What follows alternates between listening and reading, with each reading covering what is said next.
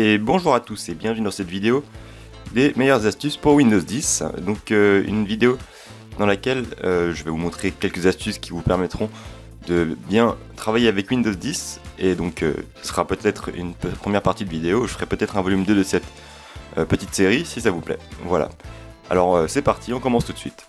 Alors si certaines personnes n'aiment pas trop le système Windows 10 et souhaitent revenir à leur ancien système comme Windows 8 ou Windows 7, c'est tout à fait possible en allant dans le menu Windows ici et en allant chercher les paramètres. Donc dans les paramètres du menu de démarrer, vous allez dans paramètres, puis vous allez dans mise à jour et sécurité, puis vous allez chercher récupération. Dans récupération, il suffira simplement de cliquer sur rétrograder vers une version antérieure et vous cliquerez sur commencer, vous pourrez ainsi avoir la version précédente de votre ordinateur.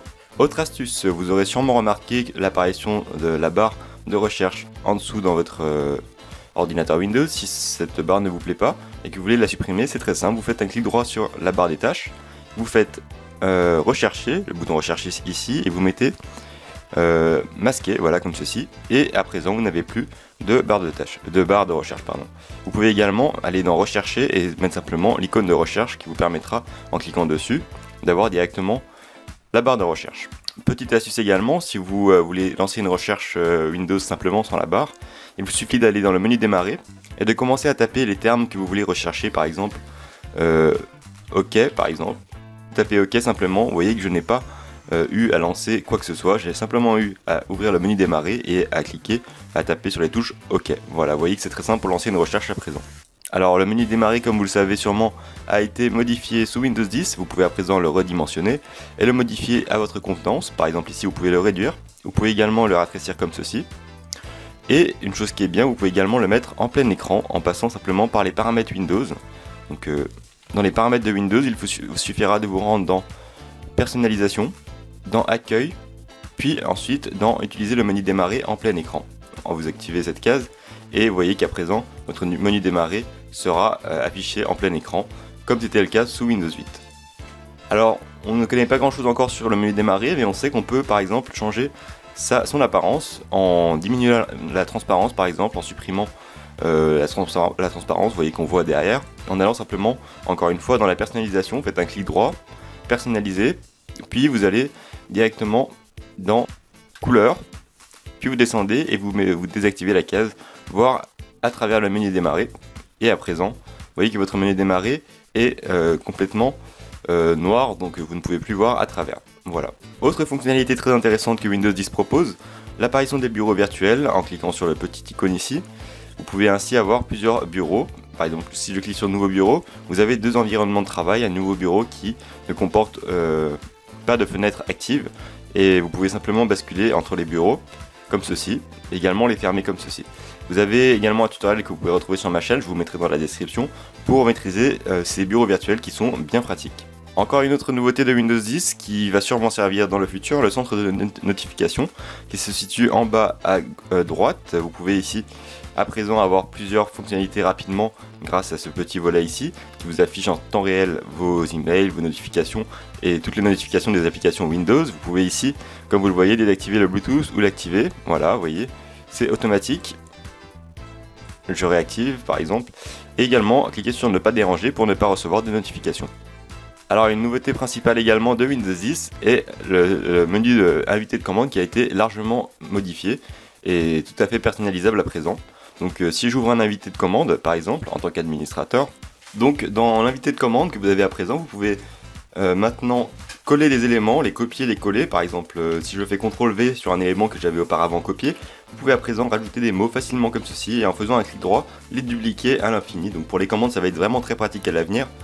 Voilà, donc pour l'invité de commande, vous pouvez également modifier son apparence en allant sur la petite barre au-dessus et en faisant clic droit propriété. Dans propriété, vous avez à présent plusieurs options pour la taille du curseur, également modifier la taille de la police. Vous voyez que vous avez la police Lucida, donc comme ça a été auparavant sur Windows 7, vous pouvez changer également la taille du texte, également redimensionner la fenêtre et ce qui est assez bien maintenant, vous pouvez modifier la couleur d'arrière-plan, ce qui était possible sous les anciennes versions de Windows, mais en entrant seulement une combinaison de codes pour ceux qui s'en rappellent. Voilà, une fonction également très pratique, c'est l'opacité, donc une fonction qui est reprise des systèmes Linux. Donc cette invité de commande est très copiée des systèmes Linux, simplement car on retrouve toutes ces fonctions sur l'invité de commande de base sous les ordinateurs Linux, pour ceux qui connaissent.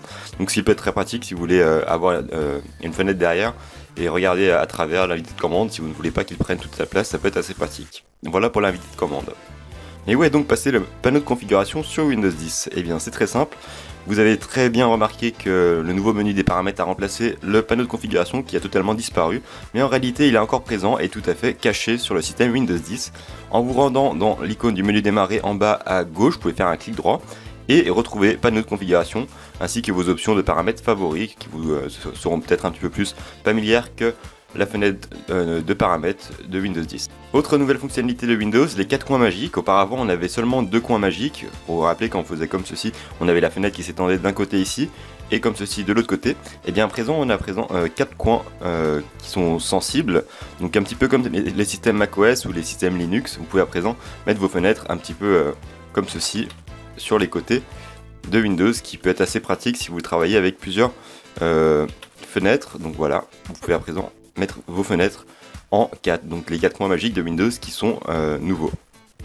Également au niveau de l'apparence, on retrouve des nouvelles options pour les arrière-plans de Windows. Si vous faites clic droit personnalisé, vous pouvez modifier le type d'ajustement de votre ordinateur. Si vous travaillez par exemple sur 2 moniteurs, comme c'est mon cas, vous pouvez étendre votre fond d'écran sur le deuxième moniteur afin de créer qu'un seul écran unique, comme ceci. Vous voyez que si j'étends, eh bien mon fond d'écran a été étalé sur mes 2 écrans. Ça ne se voit pas sur la capture, mais vous avez sur votre écran principal seulement la moitié de votre arrière-plan, car l'autre moitié est sur le deuxième moniteur. Ça peut être assez pratique et c'est assez élégant, donc pour les personnes qui utilisent 2 écrans, ça peut être assez pratique. Autre fonctionnalité très sympathique de Windows, on peut à présent modifier facilement la police d'écriture de son ordinateur en passant dans les paramètres, puis dans Système, et retrouver ici la modification de la taille du texte dans Affichage. Vous pouvez à présent augmenter la taille de l'affichage si vous avez des difficultés pour lire votre écran, ou laisser la taille à 100% comme recommandé. Cliquez ensuite sur Appliquer pour que les modifications soient prises en compte. Dans Windows 10, on retrouve également le God Mode qui était déjà présent sur Windows XP 7 et Windows 8. Vous avez ici le God Mode qu'on peut créer en faisant un nouveau dossier. Si je crée un nouveau dossier par exemple, eh bien je peux le renommer avec la combinaison de code spécial God Mode. Donc je vais le créer, nouveau dossier, et vous pouvez à présent, en appuyant sur Entrée, retrouver toutes les fonctionnalités de votre ordinateur en une seule fenêtre. Vous voyez qu'ici vous avez vraiment toutes les fonctions de Windows regroupées en une seule fenêtre, toutes les options de votre ordinateur. Donc le God Mode, astuce assez connue quand même sur les anciens systèmes Windows. En restant toujours sur les icônes, vous pouvez à présent supprimer le nom d'un icône pour laisser un nom blanc, donc un icône sans nom. Comme vous le voyez, si je veux supprimer par exemple un nom d'icône, je peux le supprimer comme ceci, mais si j'appuie sur Entrée, Windows ne veut pas que je laisse un icône sans nom. Donc pour ce faire, on va utiliser cette petite astuce. Vous allez appuyer sur F2 pour renommer votre icône, et vous allez entrer la combinaison de touches Alt plus 255. Alt plus 255, et vous appuyez sur Entrée. À présent, vous voyez que Windows accepte le nom de l'icône simplement car le caractère Alt plus 255 est en réalité le caractère vide. Donc Windows considère qu'il y a un mot, mais en réalité il n'y a pas de mot sur votre icône, et ce qui donne l'apparence d'un icône sans nom. Voilà, petite astuce assez pratique. Enfin, pour terminer cette série d'astuces, on peut également masquer son bureau Windows, une astuce qui est très connue mais qui a toujours été présente mais très peu utilisée par les youtubeurs qui veulent masquer leurs icônes du bureau pour des raisons de confidentialité bien évidemment. Vous pouvez faire un clic droit sur votre bureau, aller dans Affichage et afficher les éléments du bureau. Vous pouvez décocher cette case et comme vous le voyez, vous pouvez à présent travailler sur un environnement qui est propre et présenter vos tutoriels très simplement grâce à cette nouvelle apparence de votre bureau. Voilà, c'était tout pour cette série d'astuces, j'espère qu'elles vous auront plu. N'hésitez pas à partager cette vidéo autour de vous, à laisser un like et également à vous abonner à la chaîne si vous ne l'êtes pas encore. N'hésitez pas également à trouver toutes ces astuces sur mon site internet Imagine Your PC, rubrique Windows 10. Et quant à nous, on se dit à très bientôt pour d'autres tutoriels sur la chaîne. Merci d'avoir regardé et à très bientôt.